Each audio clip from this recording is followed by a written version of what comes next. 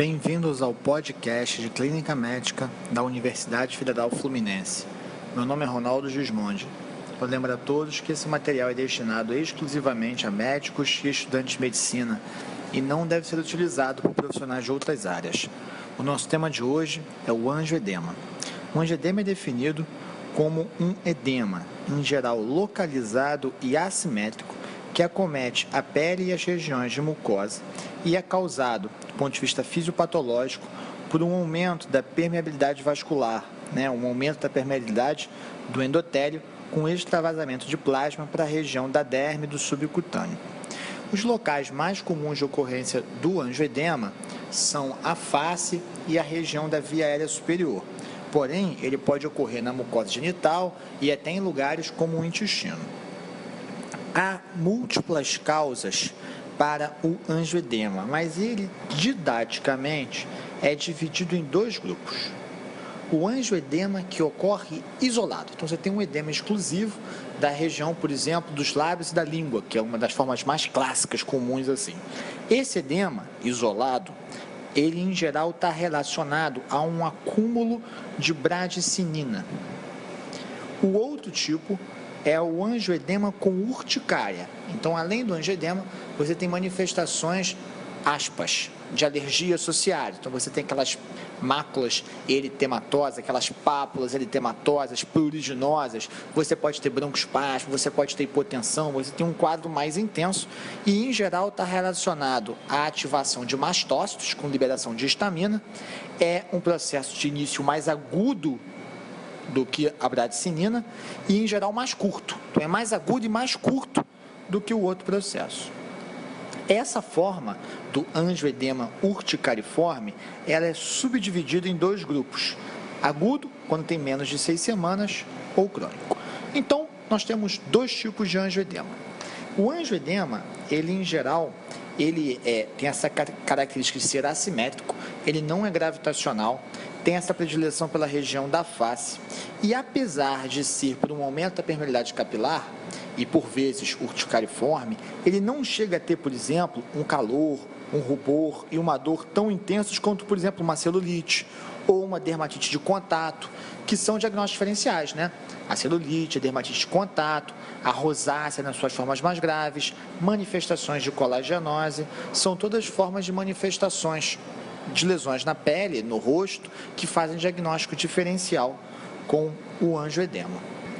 Bom, nós já vimos então o que é um angioedema, sua manifestação clínica usual e seus dois grupos principais, sem urticária pela bradicinina e com urticária pelos mastócitos. Dentro desses grupos, há várias etiologias possíveis.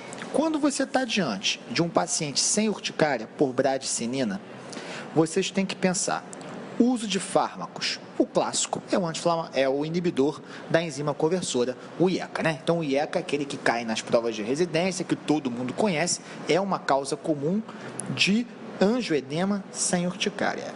Além dos IECAs, também podem ocorrer com os bloqueadores de canais de cálcio, com os fibrinolíticos, com os anti-inflamatórios não esteroidais.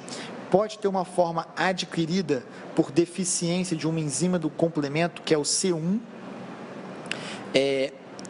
através da deficiência do inibidor de C1, você teria isso muito comumente adquirido nas doenças linfoproliferativas. Você tem formas hereditárias, uma forma hereditária que se manifesta na infância, uma forma hereditária que se manifesta mais para o fim da adolescência. Pode eventualmente ocorrer também por outras causas genéticas congênitas não relacionadas com essa atividade baixa do inibidor de C1. Então, o angioedema sem urticária, bradicinina, lembrar de drogas, lembrar dos IECA, dos anti-inflamatórios e lembrar dessas outras formas. Já o angioedema com urticária por mastócito, ele tem como causas mais comuns: na forma aguda, menos de 6 semanas, reações alérgicas, IgE mediadas, incluindo anaflaxia. Pode ser por um alimento, uma medicação, pelo látex e até por uma picada de um inseto. Temos também relacionadas a algumas infecções de via aérea superior. Temos as formas idiopáticas e temos drogas que causam angioedema com urticária e que o mecanismo não é IgE, portanto não é uma alergia clássica, A alergia clássica tipo 1 A IgE é mediada. E nós podemos ter drogas que causam angioedema com urticária e não é por IgE, é chamado pseudoalérgico. Clássico para isso, anti-inflamatório não esteroidal, morfina e seus derivados e contraste de exame radiológico, contraste iodado. Já a forma crônica, ela pode estar relacionada a algumas doenças autoimunes ou ela pode ser idiopática, espontânea, mais comum em mulheres na faixa etária dos 40 ou 50 anos. O dermografismo é uma forma, né, dessa urticária crônica que a gente vê comumente no dia a dia. Uma vez que você identifica o paciente com angioedema, você como clínico, né, nessa abordagem inicial, não é do especialista, você vai tentar ver se ele é do grupo com urticária ou não e vai pedir alguns exames iniciais para te ajudar a entender melhor o que está acontecendo e a buscar a causa. É recomendado um hemograma, bioquímica com função renal e hepática, VHS, proteína C reativa, um TSH. O americano dosa também muito complemento. Você também pode dosar esse inibidor da C1-estearase, você pode dosar de C3 e C4. O americano às vezes dosa o S-triptase, que seria um marcador de anafilaxia, e algumas IgEs específicas. E posteriormente, principalmente se você está pensando numa causa aí urticariforme alérgica, você pode encaminhar ele a um especialista para realizar os testes cutâneos. Agora que a gente já reconheceu a doença, já pensou nas causas principais e já pediu os primeiros exames, está na hora de fazer o tratamento. Há dois cenários. O cenário em que o angioedema comete via aérea superior e causa um risco de obstrução da via aérea, a prioridade é garantir ventilação e oxigenação. Lembrar que essa via aérea é, por definição, uma via aérea difícil. Você, de cara, tem que pedir ajuda e tem que ter equipamentos separados para um plano B e para um plano C, porque a laringoscopia direta pode ser difícil. O tubo pode não passar e na hora que você manipular com o laringo, você pode fazer um laringoespasmo. Então, você tem que ter muito cuidado com esse paciente. E lembrar que um plano alternativo, seja o B ou o C, tem que ser sempre acrílico, né? Porque, eventualmente, nenhum dispositivo extraglótico, supraglótico vai funcionar e você vai ter que partir para uma viária cirúrgica para não perder o paciente.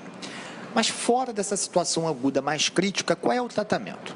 Bom, o paciente que está em anafilaxia, ele vai precisar de uma injeção de adrenalina intramuscular, em geral no vasto lateral da coxa, né? Ela pode ser repetida aí a cada 5 a 15 minutos. A dose de adrenalina varia de 0,3 a 0,5 mg. Também é uma situação de uma emergência médica aguda e, além da adrenalina, você vai dar o suporte para a via aérea e o suporte circulatório com cristalóide, eventualmente até com amina. Mas como eu trato o angioedema em si? Então, o angioedema por bradicinina sem urticária é muito complicado para tratar no Brasil. O americano, que consegue identificar a deficiência do inibidor de C1-estearase, do complemento 1, ele até tem algumas drogas que ele tem como repor esse C1, e ele tem até um antagonista do receptor de bradicinina para usar lá nos Estados Unidos, mas a gente não tem isso à disposição aqui no Brasil. Para nós é muito mais fácil tratar o angioedema com urticária, cujo mecanismo lembra muito mais de uma reação alérgica. E aí o que a gente vai fazer? Vai fazer um antihistamínico, que inicialmente pode ser venoso. O Dramin, que é difenidramina, é um deles, uma das opções que a gente tem. Pode se combinar com o antagonista do receptor tipo 2 da histamina, então você pode associar uma ranitidina, e você vai fazer um corticoide, por exemplo, a metilprednisolona, em doses que variam aí de 80 a 120 mg. Há muitas pessoas também que, quando tem um edema de via aérea, fazem adrenalina por nebulização. Mas lembrar que a maior parte dos estudos é com a adrenalina racêmica nos Estados Unidos, que não é exatamente a mesma que a gente tem aqui no Brasil. Então, o antihistamínico e o corticoide é a base do tratamento, é muito mais estudado e muito mais eficaz quando o mecanismo do angioedema é urticariforme lá dos mastócitos, liberando histamina. Espero que vocês tenham gostado do podcast. Quem tiver alguma dúvida ou quiser entrar em contato conosco, tem a nossa página no Facebook, Clínica Médica UF, tem nosso e-mail, podcastcmuf@gmail.com. Obrigado e até a próxima.